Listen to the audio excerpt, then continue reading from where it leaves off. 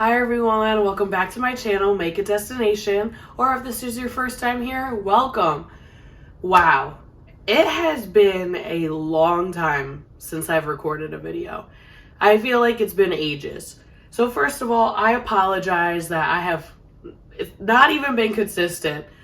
It has been a whirlwind of a closing of 2022 and a whirlwind of 2023 opening up. You're listening to this video, I sound a little nasally. I'm just getting over a case of laryngitis. I really wanted to record sooner than this, but unfortunately with 2023, I started out with a cold.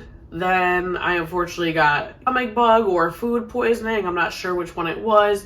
And then I had laryngitis this past week. Say has been a whirlwind. To start 2023 is an understatement, but I'm hoping with this new year I can upload bi-weekly. Now let me know in the comments if there's a certain day that works out better for you. I was thinking Tuesdays, but let me know. I really hope I could post bi-weekly. If I could do more than that, I definitely will, but I at least want the baseline of 2 videos a month. If you don't follow me on Instagram, follow me at Make a Destination. Instagram, I did a Q&A asking followers what video they wanted to see next, and the most voted option, or the most popular option, was my 2023 plans. So I'm gonna preface this video by saying it's going to become very detailed in the beginning when I tell you the first few destinations I want to go to, and then as we move through the destinations, it's going to become less and less detailed because I haven't planned those trips out quite yet. But I think along with a lot of people is you want to go somewhere, but you haven't nailed down the specifics, and that's exactly where I am with certain destinations. I want to show you that, as a travel influencer, a travel blogger, I don't have everything planned out to a T, and that is totally fine. And I think even for 2023, as things are opening up, it's been difficult to choose a destination in the sense of, wow, the world is opening up again. Now it feels like you're getting overwhelmed with options, right? When there were restrictions, you could only go to certain places, so it felt as though you had to cherish those places and really explore them, and you got to know your backyard a little more. And I think now that places are opening back up, it's very exciting. And it feels great, especially for a travel channel, to get back into it. But it does lead to sometimes being overwhelmed by the amount of destinations you could choose from. So I'm going to just show you my process and talk to you about travel destinations that I'm hopefully going to go to this year. Please let me know in the comments where you're going in 2023. If there's any potential destinations that you're thinking of, any questions you have, please let me know. And don't forget to like this video, subscribe to my channel, and hit the notification bell so you never miss a video. And let's get into it. Okay, so let's get into it. We're just gonna dive right in. We're gonna go destination by destination. Hopefully this helps you choose where you wanna go in 2023. So to start off, for travel plans, the first destination I'm hoping to visit is Chicago. Now, I've never been to Chicago, but I have heard great things about the city. I've heard that it's a foodie city. I've heard it's great for people who want to do a lot of different adventure options within a city. I've heard it's just honestly a great time to go to. The 3 reasons I'm visiting are the food scene, house music, and to explore the city in and of itself. So let me just start off with a little story. For the food scene, it was actually a restaurant that brought the attention of going to Chicago to Sam and I. And it's called Alinea. And it's a 3-star Michelin restaurant. And yes, it's extremely expensive, but people say it's all about the experience. I will say, as we went through planning and we were about to make a reservation, we did see the sticker price. And unfortunately, at this time in our lives, we just can't book that experience. I think maybe for a milestone birthday or a promotion or an anniversary, but right now I will be very transparent. I believe it's a reservation it was on a Tuesday or Wednesday evening. 90% of the reservations were already booked. Alinea is a very difficult restaurant to get into. It was with taxes, tip, I believe it's 14 courses. I'm not 100% sure, but For a large amount of courses, it was $1,100.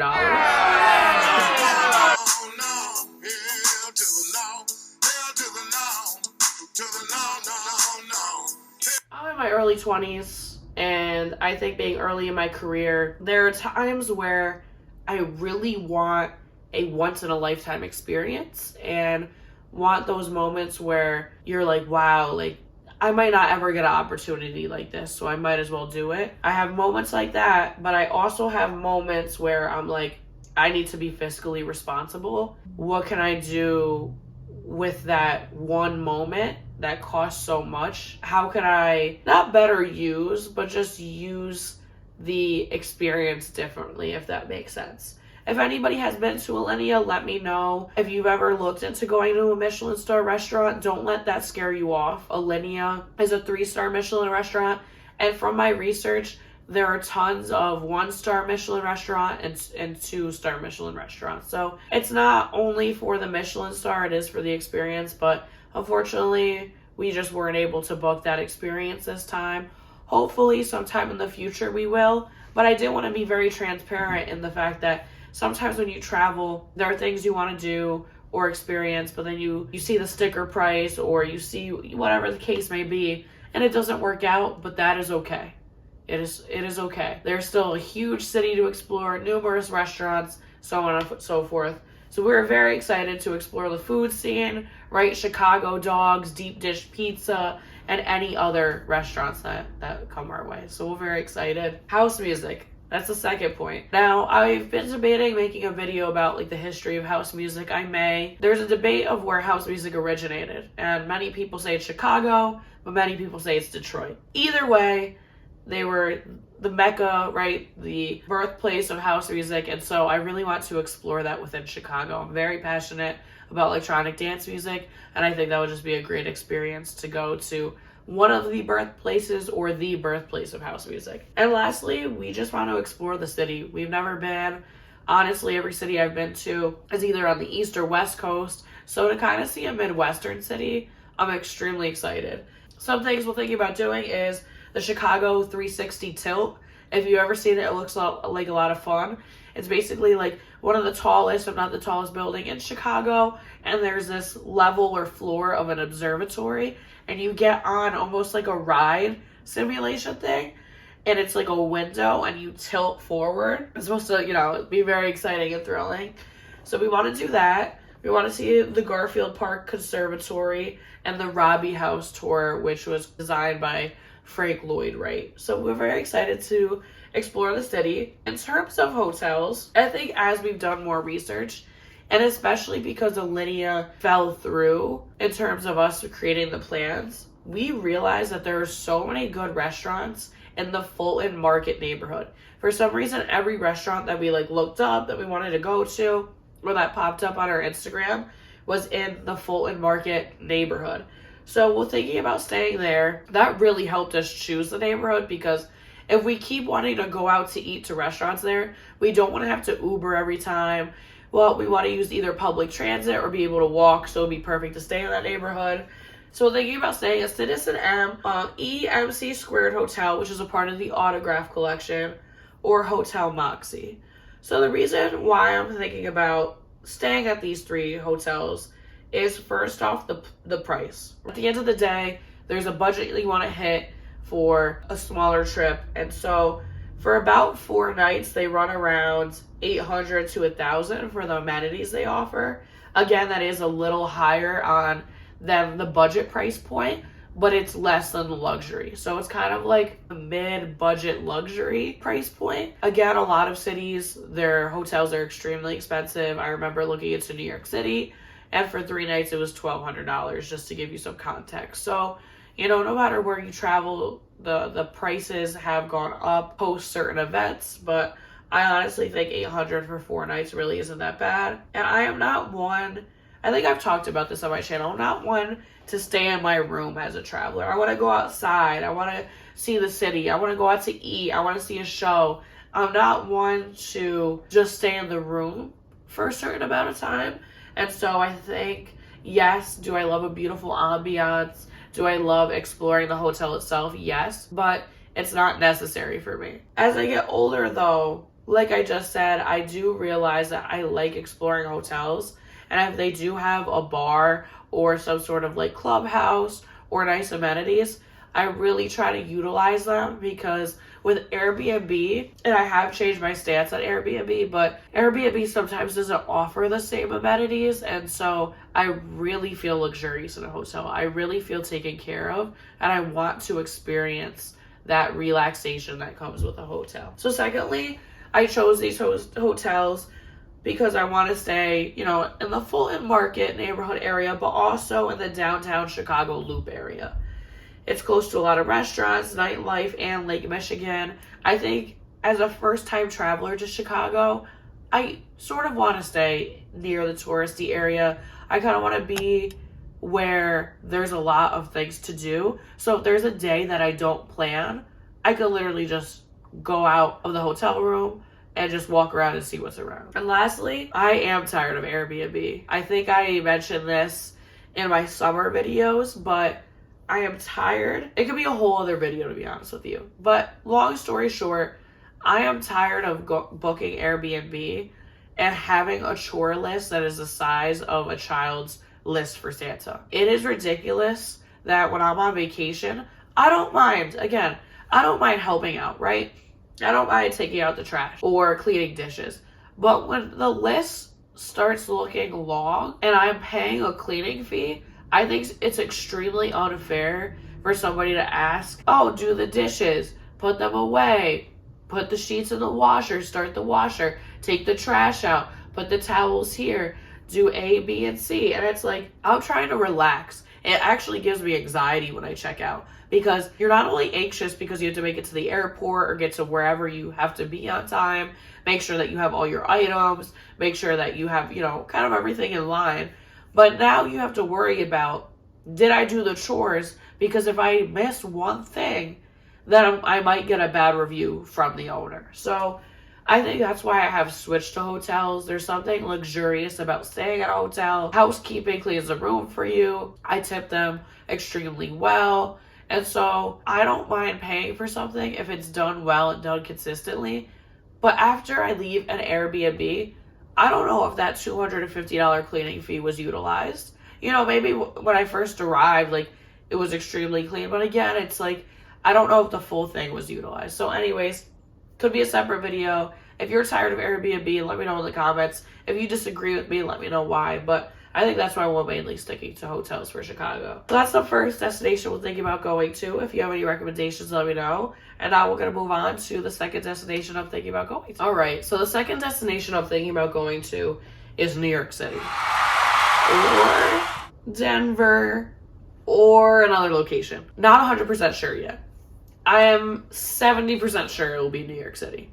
Now, this is going to be for my 25th birthday, which I'm extremely excited about. I have been to New York City on numerous occasions, but I will admit I have not explored New York City as an adult over 21. Now, you have to think I turned 21 a little bit before the pandemic. Whenever I go to New York City, it's usually for a concert, and I usually just stay for the night of the concert in 2 days. And so I never really explore New York City as somebody who's 21 plus, right? I don't really go to cocktail bars or nightclubs or things of that nature. And I think it would be amazing to get that experience for at least a couple of days, right?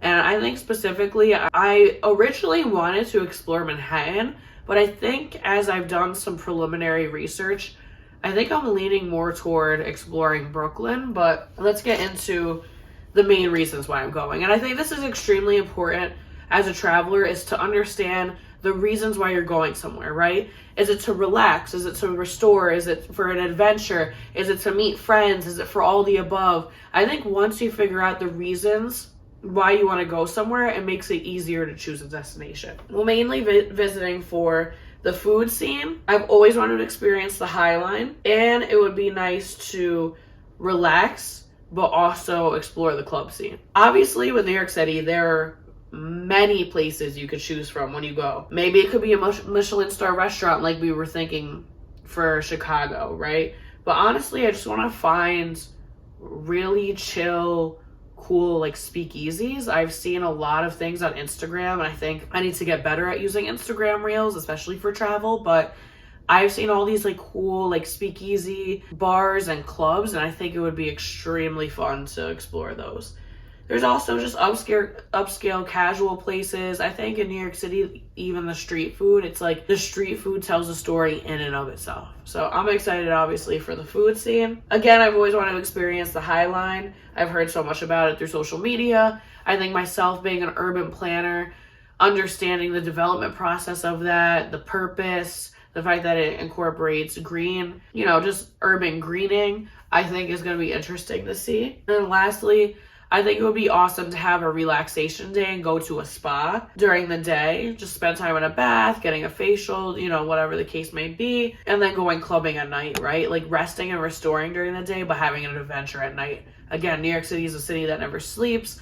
I think it's on the up and up now that it's healing from the events of 2020. Again, for hotels, thinking about staying at Citizen M again, the Ace Hotel, and honestly, I think I need to research more hotel experiences that catch my eye since I've already stayed at Citizen M and Ace Hotel. Ace Hotel, I stayed in the one in Brooklyn, and Citizen M, I've stayed in the one in San Francisco, but they have ones, all over the country. And so I think, as I do further research, I'll learn more and more where I want to stay and what is going to draw me to a certain neighborhood in New York City. I think my last point here is, I want to say, and I want to be extremely honest on my channel, is last year really made me realize how much flight prices have gone up since the events of 2020. And I think this trip allows me the ability to travel while saving money, right? I don't have to go on a flight to go to New York City. It's a train ride away. And I think this is important to think about as the world reopens, but also as hyperinflation is going on. I want you to know that, yes, I still have the ability to travel, but I'm trying to be smarter with my travel. I could go on 4 or 5 trips, all requiring flights, but I don't think that would allow me the ability to save money or invest or pay off certain credit cards or student loans without having a ton of anxiety. And so I think that's just something to think about as you choose a destination, is that I've been to New York City before. Maybe there's a destination that you've been to many times, but you always have a different experience every time, depending on who you go with, the time of year, where you go to explore. So keep this in mind. There can be like places where you doubt you want to go again because you've been there, but you could have a totally different experience. And if this saves you money and you're able to use it more for the experiences while you're there, do it. I think sometimes on social media, you feel as though you have to go to Bora Bora or somewhere in the Caribbean or somewhere that's far away from your home in order to feel successful as a traveler. And that's not necessarily true. It's more of, what are you getting out of the trip? What are you looking for? And I think that's why I said before, think about the reasons why you're going somewhere. And if it's a relaxing trip, maybe it's just a 45-minute drive away to a beautiful spa, you're near a forest or something like that, you go hiking. As long as the trip is for you and you know the reasons, that's the only thing that matters. So I just wanted to say that, and me picking New York City, and I know I said maybe Denver, but again, flight prices are very high, especially domestically, oddly enough. So it's definitely something that I keep in the back of my mind when I'm planning my trips. We're just gonna get in the last portion of this trip, which is kind of a blend of 2 destinations, but we're gonna get into it. Okay, I think this last few destinations kind of combined in one is going to be the shortest, even though to me it's the most interesting part, because I honestly have not done enough research. But trying to work through the itinerary, kind of the first one in this cluster is a family trip, maybe to Portugal. I was speaking to my mom, and this was something that came up, and I think with domestic flight prices going up so much, we were debating going to Sedona, Arizona, but surprisingly enough, a flight price to Sedona and a flight price to Portugal is honestly neck and neck. I mean, it's maybe a $50 difference. Very excited about that. Again, it's very preliminary right now. Still working through what we want to do, things we want to see, even just the timeline. So that's been on our radar, but it's something that we kind of talk back and forth about. Kind of another itinerary I'm thinking about doing, and this would be with my significant other, is a Europe itinerary. And so this one has been a little overwhelming for me to plan, but I'm extremely excited about it. I've never been to Europe, and I think as the world is opening up, I really want to go and explore international destinations that I've never been to. If you watched my videos in the past, you know I've been to the Caribbean, I've been to Central America, but I have not been to Europe or Asia. Those are two continents that I really want to explore in my 20s, and I'm extremely excited that I have the ability to. It's just overwhelming and you're planning it yourself, but as you all know, I love planning. So I'm very excited to come up with an itinerary for that. Right now, the very, very preliminary itinerary is going from London to Amsterdam to Ibiza. I have always said I need to go to Ibiza in my 20s because I am an avid listener of electronic dance music. It's something I'm very passionate about, and I think it would be beautiful to listen to EDM while being on an island in the Mediterranean. So all of these itineraries always have Ibiza at the end, which is really funny, but it's just one of those places that I know I want to go. The reason why London is first on the itinerary is because for some reason, I don't know if it's because it's a budget airline or what the case may be, but when I was looking at flights from New York to London, they're actually very affordable.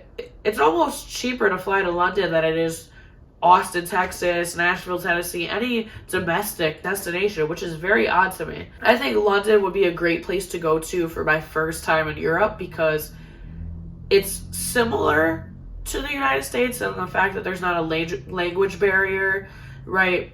But it's different enough where I'll feel as though obviously it's an international destination. I think in order to not feel overwhelmed, I want to kind of dip my toe into Europe.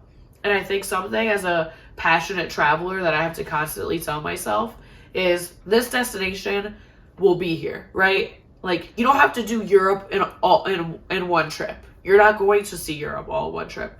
You could do multiple trips with multiple itineraries depending on where you want to go and where it makes the most sense. So London would be extremely fascinating. I think the food scene, which I've heard mixed reviews, but I've heard the food scene has improved.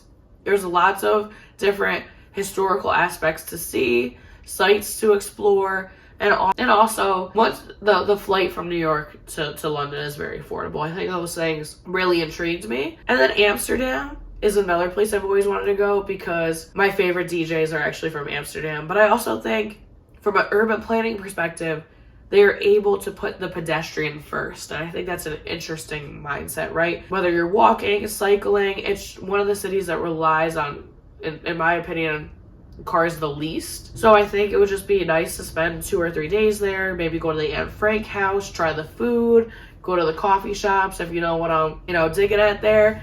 But I just think Amsterdam, it would just be nice to see the built environment as an urban planner, to see how well public transit as well as pedestrian traffic can really influence how a city feels. And then lastly, like I said, Ibiza because of electronic dance music. It's right. I really wanted a beach somewhere in this itinerary, and I was debating Greece, I was debating Sicily, anywhere in Italy. But I feel like for Greece and Italy, they need to be their own trips, right? I could go there for a couple days, but you really want to immerse yourself. At least I want to. So Ibiza is nice because it's an island that feels as though you can explore it within 4 or 5 days. But if not, you could just explore the beaches, have some tapas, chill out, and then go clubbing at night. So right now, that is the very, very preliminary itinerary. It is subject to change, but that's kind of what I'm thinking for now. So I have a very exciting year of travel coming up, and it just makes me excited because this has always been my dream as a kid to travel and have that ability to, and I'm very grateful that I'm able to. So please let me know in the comments what new videos you want to see in 2023, where you're going. I really want to hear travel destination. I want to be as inspired as you are. Please make sure you like this video. Thank you so much for watching. I really hope that I hit the baseline of uploading a video bi-weekly. Please subscribe to my channel and hit that notification bell so you never miss one of my videos. And until next time.